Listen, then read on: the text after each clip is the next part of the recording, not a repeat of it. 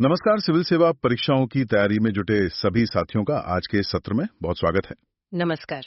आज हम भारतीय राज्य व्यवस्था के एक बहुत ही महत्वपूर्ण स्तंभ पर बात करने वाले हैं जी। जो न सिर्फ हमारे लोकतंत्र की धुरी है बल्कि यूपीएससी और राज्य सिविल सेवा परीक्षाओं के लिए भी अत्यंत महत्वपूर्ण है, भारतीय संसद। बिल्कुल। और जब हम संसद कहते हैं तो अक्सर लोगों के दिमाग में सिर्फ दिल्ली की वो इमारत आती है। हाँ, सही कहा। पर ये उससे कहीं ज्यादा है। ये वो मंच है जहां देश के कानून बनते हैं, सरकार के कामों की आप कह सकती हैं बारीकी से जांच होती है और वो बहसें होती हैं जो देश की दिशा तय करती हैं। तो परीक्षा के लिहाज से तो इसे समझना बहुत ही जरूरी है। तो आज हमारा मकसद भी यही है कि संसद से जुड़ी जो थोड़ी जटिल बातें हैं, प्रक्रियाएं हैं, उन्हें आसान भाषा में समझें। जी। खासकर उन पहलुओं पर फोकस करें जहां से सिविल सेवा परीक्षा में सवाल अक्सर बनते हैं। हाँ, तो चलिए शुरू करते हैं। सबसे पहले ये बताएं कि संसद की मूल संरचना मतलब बेसिक स्ट्रक्चर क्या है। देखिए, भारतीय संसद के 3 अभिन्न अंग हैं। राष्ट्रपति, राज्यसभा जिसे हम उच्च सदन या काउंसिल ऑफ स्टेट्स भी कहते हैं, और लोकसभा यानी निम्न सदन या हाउस ऑफ द पीपल। अच्छा, यहाँ एक बात जो मुझे हमेशा दिलचस्प लगती है वो ये कि राष्ट्रपति तो किसी सदन के सदस्य नहीं होते जी। फिर भी वो संसद का हिस्सा है, ऐसा क्यों?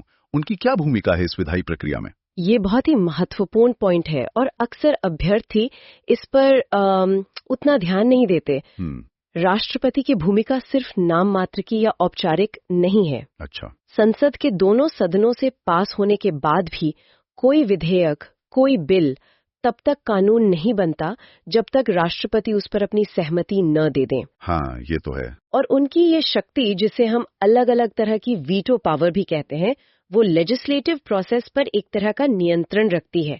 इसके अलावा वो सदनों का सत्र बुलाते हैं, सत्रावसान करते हैं, लोकसभा को भंग भी कर सकते हैं। तो सदस्य न होते हुए भी वो पूरी प्रक्रिया के केंद्र में है। ये स्पष्ट हुआ।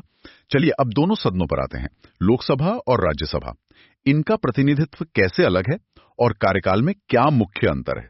देखिए, लोकसभा जो है वो सीधे सीधे भारत की जनता का प्रतिनिधित्व करती है, डायरेक्ट रिप्रेजेंटेशन। बिल्कुल। इसके सदस्य यूनिवर्सल अडल्ट फ्रेंचाइज के आधार पर, मतलब 18 साल से ऊपर के सभी नागरिक डायरेक्ट इलेक्शन से चुनते हैं। तो ये जनता की आवाज है और सामान्य स्थिति में इसका कार्यकाल 5 साल का होता है। ठीक है। और राज्यसभा, ये किसका प्रतिनिधित्व करती है? राज्यसभा, जैसा नाम से ही पता चल रहा है, वो राज्यों और केंद्र शासित प्रदेशों का प्रतिनिधित्व करती है। इसके सदस्य सीधे जनता नहीं चुनती। ये इनडायरेक्ट इलेक्शन है। एमएलएज वो इन्हें चुनते हैं एक खास तरीके से, जिसे प्रोपोर्शनल रिप्रेजेंटेशन कहते हैं। इसीलिए इसे राज्यों की परिषद भी कहा जाता है। आपने पहले राज्यसभा को स्थायी सदन भी कहा था, इसका क्या मतलब है? ये लोकसभा से कैसे अलग है इस मामले में? स्थायी सदन का मतलब है कि राज्यसभा कभी पूरी तरह भंग नहीं होती, डिसॉल्व नहीं होती। लोकसभा तो हर 5 साल में भंग हो जाती है, फिर नए चुनाव होते हैं, पूरी सभा नई बनती है। लेकिन राज्यसभा एक कंटिन्यूअस बॉडी है। इसके सदस्यों का कार्यकाल 6 साल का होता है, पर व्यवस्था ऐसी है कि हर 2 साल में इसके 1/3 सदस्य रिटायर हो जाते हैं। अच्छा, 1/3? हाँ, और उतने ही नए सदस्य चुन लिए जाते हैं। इससे क्या होता है कि सदन में हमेशा अनुभव भी बना रहता है और नए लोग भी आते रहते हैं, एक निरंतरता बनी रहती है। ये इसकी खासियत है। समझ गया। तो लोकसभा 5 साल सीधे जनता से, राज्यसभा 6 साल का कार्यकाल सदस्यों का, राज्यों का प्रतिनिधित्व और निरंतरता। अब इनके चुनाव और वो जो मनोनयन होता है, उस प्रक्रिया को थोड़ा और समझें।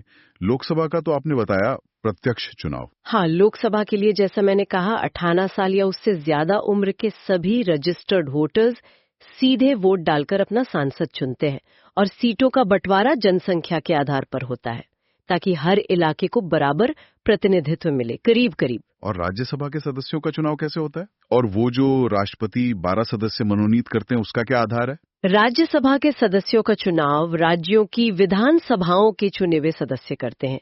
इसके लिए एक सिस्टम है, आनुपातिक प्रतिनिधित्व पद्धति के अनुसार एकल संक्रमणीय मत, यानी पीआरएसटीवी। पीआरएसटीवी। हाँ, ये सिस्टम ये सुनिश्चित करता है कि विधानसभा में जिस पार्टी की जितनी सीटें हैं, उसी अनुपात में उसे राज्यसभा में भी प्रतिनिधित्व मिल जाए। ठीक है। और इसके अलावा संविधान राष्ट्रपति को ये शक्ति देता है कि वो 12 ऐसे लोगों को राज्यसभा में नॉमिनेट कर सकते हैं जिन्हें साहित्य, विज्ञान, कला या समाज सेवा में विशेष ज्ञान या अनुभव हो। अच्छा, ये एक्सपर्ट्स लाने के लिए? हाँ, सदन में विविधता और विशेषज्ञता लाने का एक तरीका है ये। ठीक है। अब मान लीजिए कोई नागरिक सांसद बनना चाहता है, तो क्या योग्यताएं होनी चाहिए? ये भी जरूरी है परीक्षा के लिए? बिल्कुल। कुछ बेसिक योग्यताएं तो दोनों सदनों के लिए एक जैसी हैं, जैसे भारत का नागरिक होना चाहिए। हाँ, वो तो है ही। उम्र में फर्क है, लोकसभा के लिए कम से कम 25 साल 25 साल और राज्यसभा के लिए 30 साल 30 साल। ठीक है।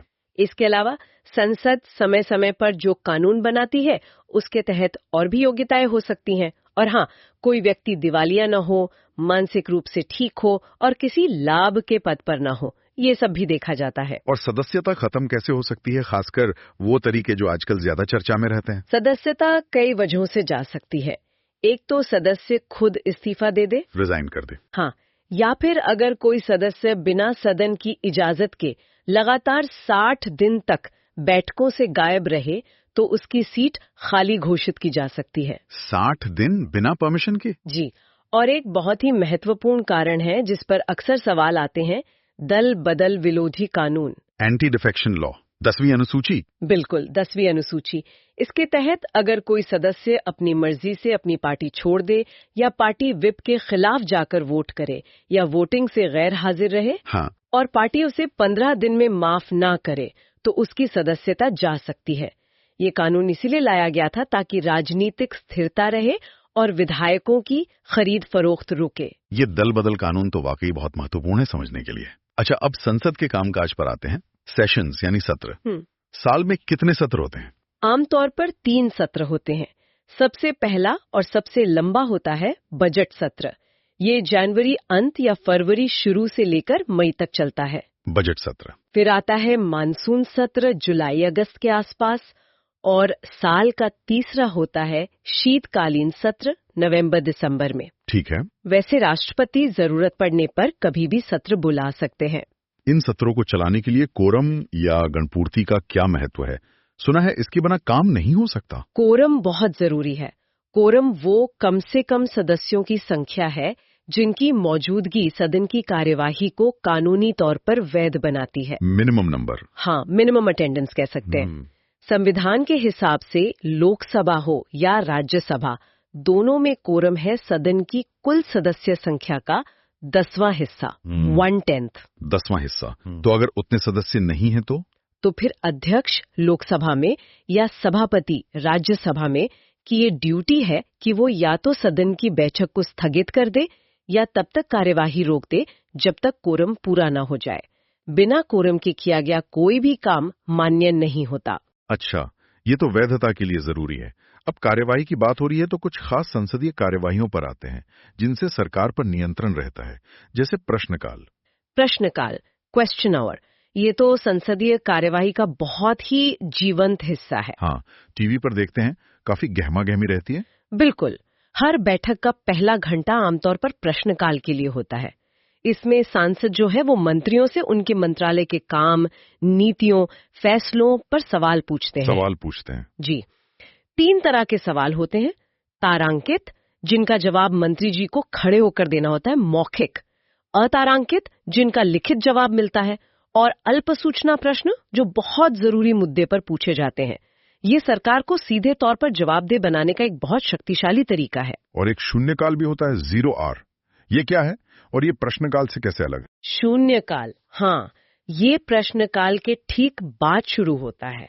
और दिलचस्प बात यह है कि ये संसदीय नियमों की किताब में कहीं लिखा नहीं है। ये एक भारतीय इनोवेशन है। अच्छा, ये हमारा अपना इजाद है, कह सकते हैं। इस दौरान सदस्य बिना पहले से नोटिस दिए बहुत जरूरी पब्लिक इम्पोर्टेंस के मुद्दे उठा सकते हैं, क्योंकि ये प्रश्नकाल के बाद और दिन का जो बाकी एजेंडा है उसके शुरू होने से पहले होता है, करीब दोपहर 12 बजे। इसीलिए इसे शून्यकाल कहा जाता है। मतलब तुरंत कोई मुद्दा उठाना हो तो उसके लिए है। जी, जो शायद सुबह ही सामने आया हो और जिसके लिए प्रश्नकाल का लंबा नोटिस पीरियड फॉलो करना मुमकिन ना हो। ये तो वाकई दिलचस्प है कि एक अनौपचारिक प्रक्रिया इतनी जरूरी बन गई। अब कुछ खास प्रस्तावों मतलब मोशंस पर आते हैं, जैसे स्थगन प्रस्ताव, एडजॉर्नमेंट मोशन।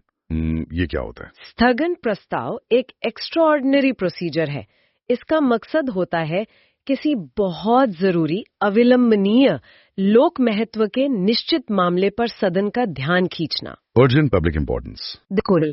अगर स्पीकर या चेयरमैन इसे एडमिट कर लेते हैं तो सदन का जो नॉर्मल काम चल रहा होता है उसे रोक दिया जाता है और उस खास मुद्दे पर बहस होती है।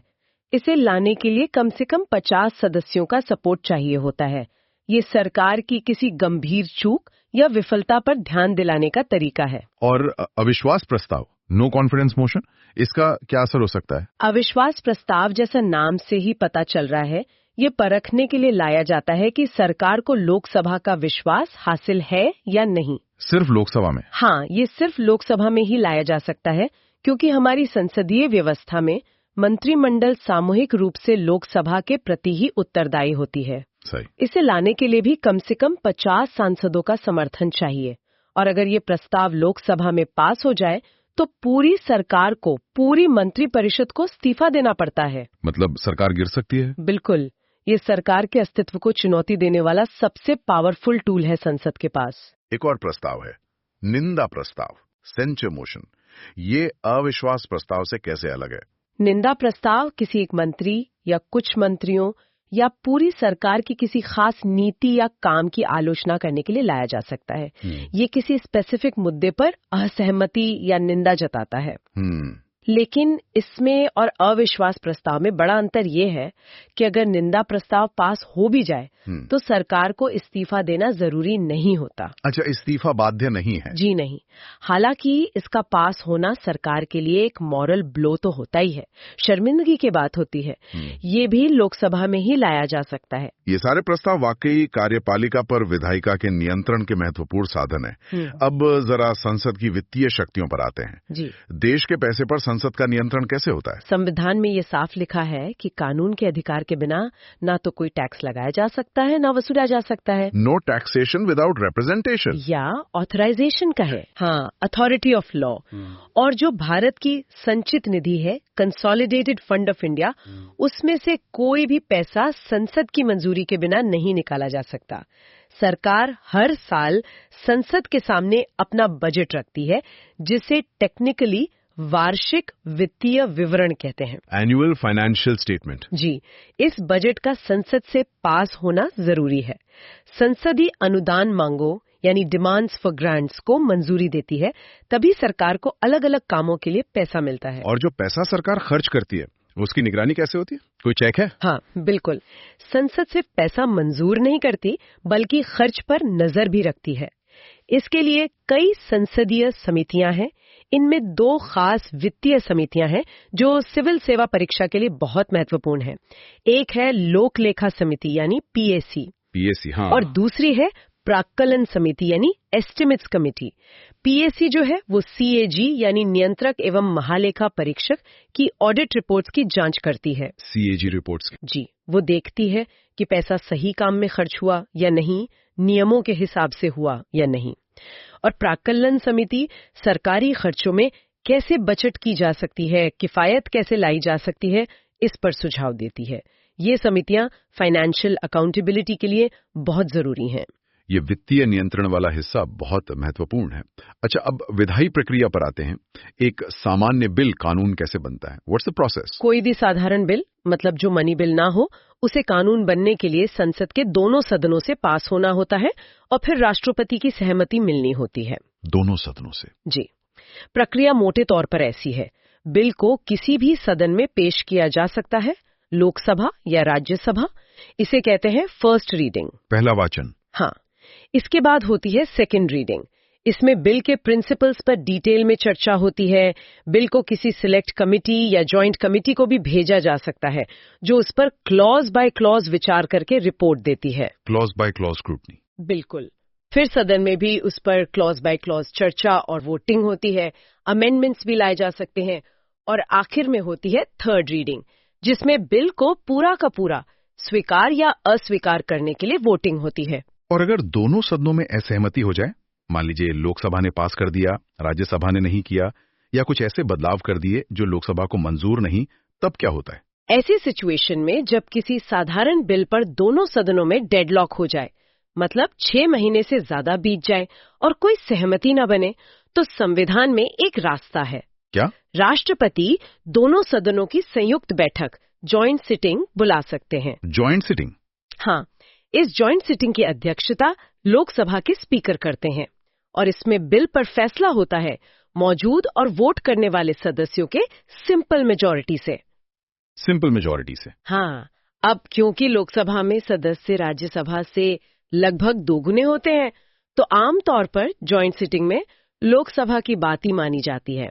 पर हाँ, ये बहुत कम होता है, जॉइंट सिटिंग बहुत रेयरली बुलाई गई है। लेकिन ये गतिरोध तोड़ने का एक तरीका है? जी, एक संवैधानिक उपाय है। क्या धन विधेयक, मनी बिल्स के मामले में भी यही प्रक्रिया है या उसके लिए कुछ अलग है? नहीं नहीं, धन विधेयक का मामला बिल्कुल अलग है और ये परीक्षा के लिए बहुत बहुत महत्वपूर्ण है। अच्छा, क्या खास है इसमें? सबसे पहली बात, मनी बिल सिर्फ और सिर्फ लोकसभा में ही पेश किया जा सकता है, राज्यसभा में नहीं। केवल लोकसभा में? जी, और वो भी राष्ट्रपति की पूर्व सिफारिश पर। दूसरी बात, जब लोकसभा इसे पास कर देती है तो ये राज्यसभा में जाता है। राज्यसभा को इसे 14 दिन के अंदर अपनी सिफारिशों के साथ या बिना सिफारिशों के लौटाना होता है। सिर्फ 14 दिन? हाँ, सिर्फ 14 दिन। और राज्यसभा मनी बिल को ना तो रिजेक्ट कर सकती है, ना ही उसमें कोई अमेंडमेंट कर सकती है। वो सिर्फ सिफारिशें, रिकमेंडेशंस दे सकती है। और अगर राज्यसभा 14 दिन में न लौटाए या उसकी सिफारिशें लोकसभा न माने, तब? अगर 14 दिन में नहीं लौटाया तो बिल को दोनों सदनों से उसी रूप में पास मान लिया जाएगा जिस रूप में लोकसभा ने पास किया था। अपने आप पास? हाँ, और अगर राज्यसभा कुछ सिफारिशें देती है तो लोकसभा की मर्जी है कि वो उन्हें माने या ना माने। लोकसभा जो तय करेगी वही फाइनल होगा। अच्छा। और सबसे बड़ी बात, कोई बिल मनी बिल है या नहीं, इस पर फैसला करने का फाइनल अधिकार लोकसभा के स्पीकर का होता है। स्पीकर का फैसला अंतिम? जी, और उनके फैसले पर किसी कोर्ट में या किसी सदन में सवाल नहीं उठाया जा सकता। ये लोकसभा को वित्तीय मामलों में बहुत ज्यादा पावर देता है। ये तो बिल्कुल स्पष्ट है कि फाइनेंशियल मैटर्स में लोकसभा की भूमिका निर्णायक है। अब एक और जरूरी विषय, संसदीय विशेषाधिकार, पार्लियामेंट्री प्रिविलेजेस। ये क्या होते हैं और इनकी जरूरत क्यों है? संसदीय विशेषाधिकार वो खास अधिकार, छूट या इम्यूनिटीज हैं जो संसद के दोनों सदनों को एक साथ और उनके सदस्यों को व्यक्तिगत रूप से मिले हुए हैं। क्यों दिए गए ये? इनका मेन मकसद ये है कि संसद और उसके सदस्य अपना काम आजादी से, बिना किसी डर या दबाव के और असरदार तरीके से कर सकें। ये संसद की डिग्निटी, इंडिपेंडेंस और ऑटोनॉमी बनाए रखने के लिए जरूरी माने जाते हैं। कुछ उदाहरण दे सकती हैं इन विशेषाधिकारों के? व्यक्तिगत रूप से जो सबसे महत्वपूर्ण है वो है सदन में बोलने की आजादी।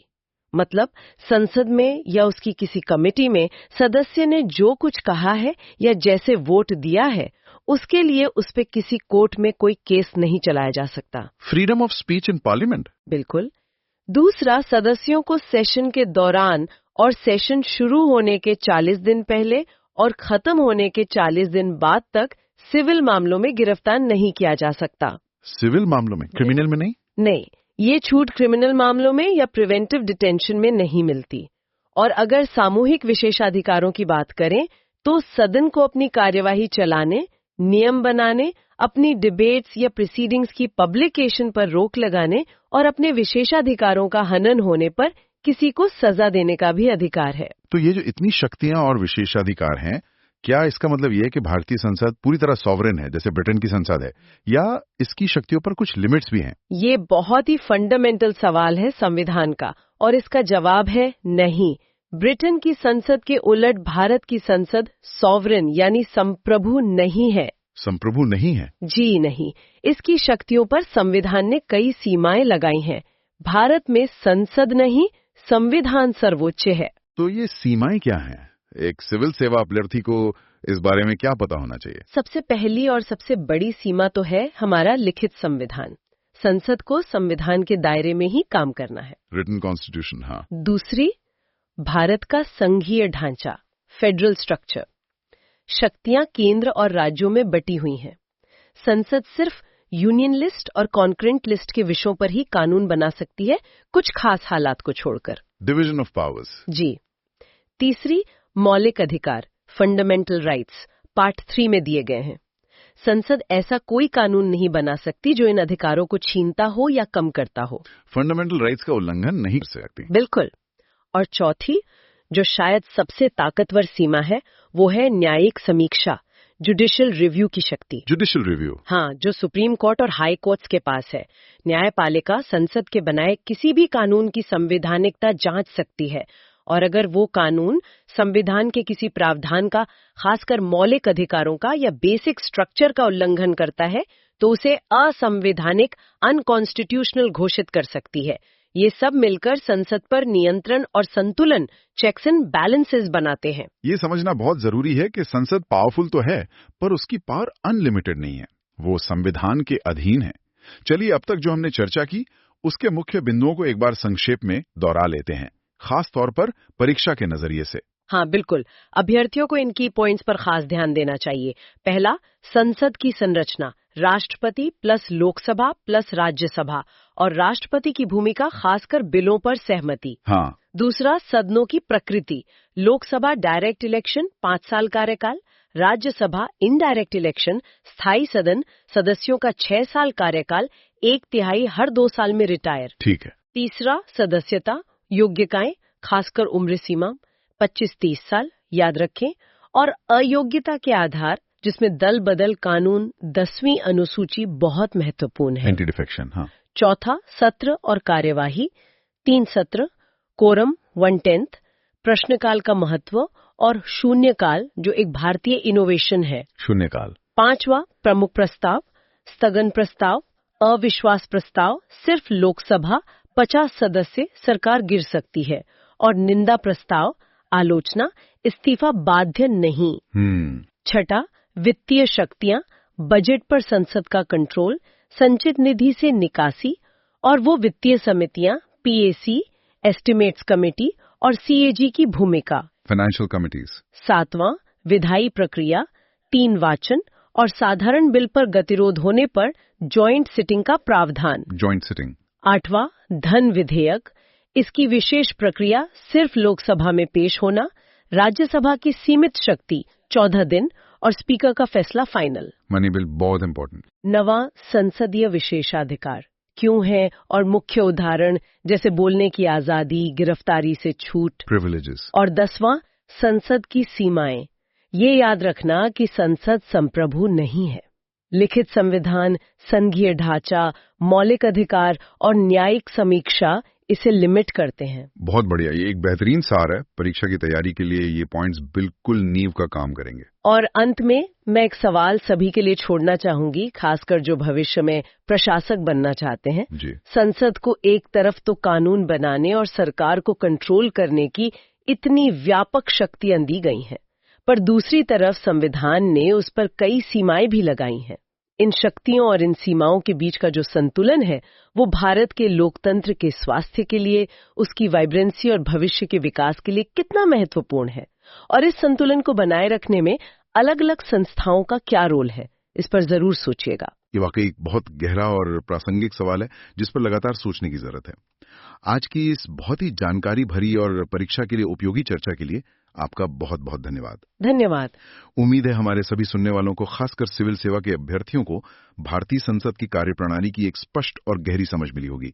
अपनी तैयारी जारी रखें और सीखते रहें। धन्यवाद।